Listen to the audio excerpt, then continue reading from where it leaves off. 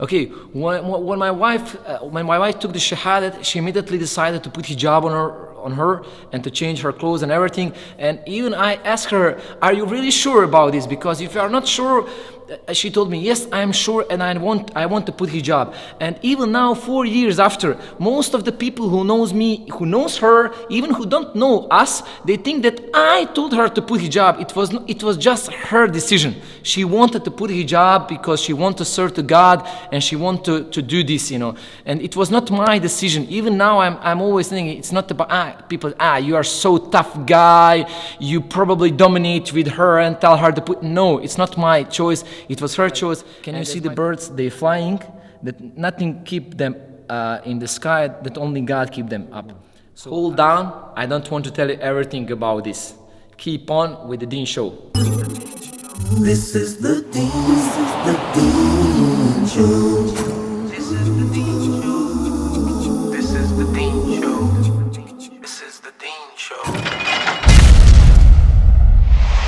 Greetings and peace. Assalamu alaikum, guys. How you doing? We're at the LifeChanging Factory, and you're going to find out why.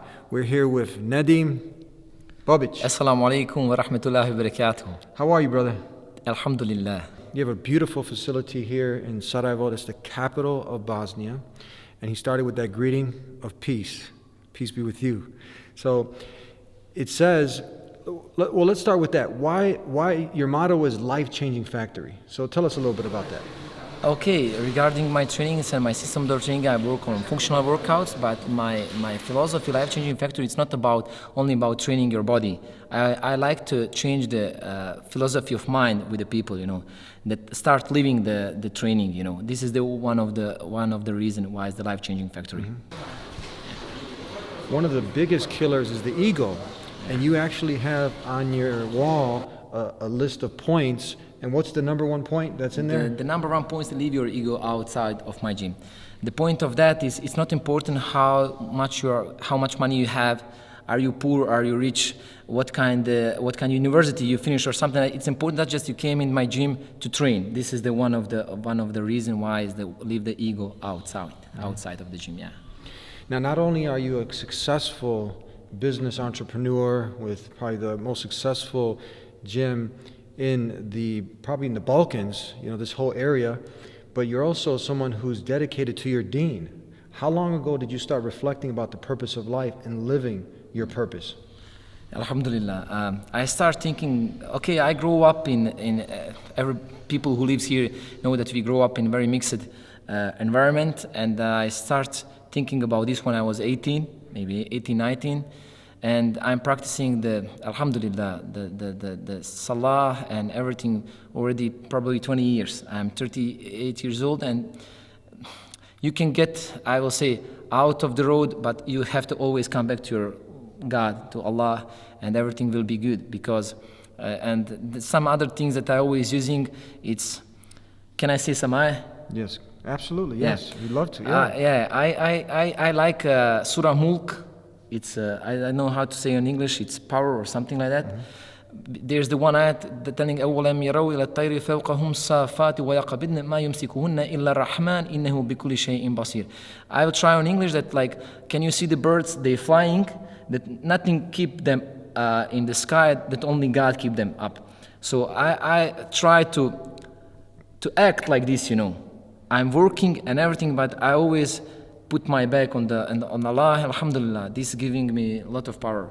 And I have one sentence when I say, what I see, the other people cannot even imagine, because I know that when you believe in Allah, everything is possible. That's right. When you believe in the Creator, anything is possible. Yes. You also have a unique story with your wife. She comes from a background, Russian Orthodox Christian. Share that story with us, please. Oh, this is the very interesting story, I think.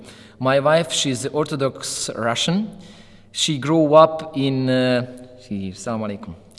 She grew up on north of Russia. It's a name of city is Arkhangelsk. It's a north. I think that they ever saw any kind of Muslim over there. Even it's now 2019, and they just got first mosque there ever. So she moved here as Orthodox and married me 6 years ago. And the first 2 years of marriage, she was always asking me some question about Islam. And I was giving her some answers, and she tried to have. Of course, I told her that in my house is Islam, and my children will grow up as a Muslims and everything. She accepted this, and I told her I don't have anything against your religion. Like ayah in Quran, lakum dinukum waliyadin, your religion to you, my religion to me. But day by day, she was listening some lectures, giving me some questions. And one time, after 2 years, she asked me, can she go to visit her mother in Arkhangelsk in Russia? And of course, she went over there. After 1 month, she came back and she told me, I want to convert to Islam, I want to take Shahada. The point is that when I asked her, of course, me as a Muslim, who born as a Muslim here in Bosnia and Sarajevo, it was very interesting even for me. Why did you do this? Because I never put any kind of force, like in Quran it's written, there's no force in religion. I never put, she told me everything is clear because you have answers for every question. In Orthodox, I could not find the answer for everything. And she told me when I was in Russia, I told to myself, I want to go in Russia again to try to not think about Allah, to not think about creation and everything. But whatever I saw, tree or grass or everything, I was, oh, Allah made this so beautiful. And she told me when I was in a plane flying, I was thinking, I know all true, but I didn't took Shahadat, and I was scared. So she came here, and Alhamdulillah, she took Shahadat. It was Ramadan, and by now, Alhamdulillah, she is praying 5 times per day. She is, Alhamdulillah, on a good way. Together we are here. That's one of the things when a human being is reflecting, pondering, and they want to know the truth, that is the first thing that one has to decide. Are they going to be just seeking the worldly pleasures? But she was a thinking woman, and she started to think, and Islam provides all the rational, logical evidences that it is indeed from the creator of the heavens and the earth. There is one myth that we are already a couple in here because she's a woman, and one of the myths out there is that Islam oppresses, subjugates women. It was on her free choice.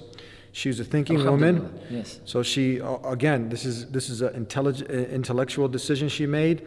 She looked at the evidences. Everything's clear. The worship of the Creator, not the creation. The Quran, putting it to the test. And then from there, we cleared one myth, that there's more women actually coming to Islam. Now the third thing is, here, especially in this region, we see that a lot of people, even from the Serbian Croatian background, they're coming to Islam. But many people think, like, how can you be Muslim if you're Serbian? How could you be Muslim in Croatian? Let's dispel that myth now. I will be honest with you, I think that is not only for Muslim in Bosnia and this area. I think there are people who born in Islam. I'm saying like from the parents who are Muslims. They always thinking that Islam is their private thing, you know, that nobody can be Muslim if he's not born in Islam, if he's not born by Muslim parents. And the point is, when it was happened even similar with my wife, when she converted to Islam, Alhamdulillah, and when she put hijab and everything, everybody was thinking he forced her on this. And honestly, it was a true lie. I didn't want any time to argument about this, because the God knows the best. And the point is that Islam is for all people, all kind. So it's not private thing. If God wants to give you on right way, He will give you. If want to left you on the bad way, He will left you.